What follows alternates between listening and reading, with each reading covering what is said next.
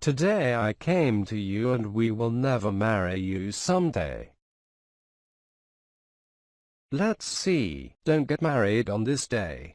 Here are the rudest holidays to tie the knot. You put a lot of thought and planning into your special day, but you might want to make sure the day you've selected to say I do isn't already a special one for your guests. Sure, a 4th of July wedding with fireworks might sound like fun to you, but to your loved ones, it might mean losing out on a rare and warm 4-day weekend, complete with barbecue and precious pool time. But that doesn't mean all holidays should be off limits. USA Today took a look at 8 holidays and ranked them from totally fine to the absolutely rudest days to have a wedding. The results?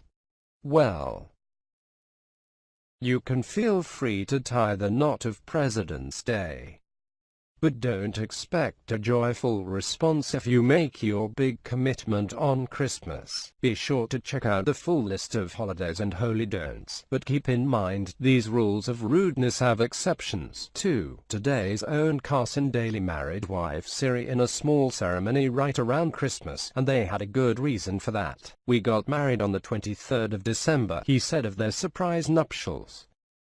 "We did it because family was already in town. And, of course, it turned out to be the perfect present for their parents.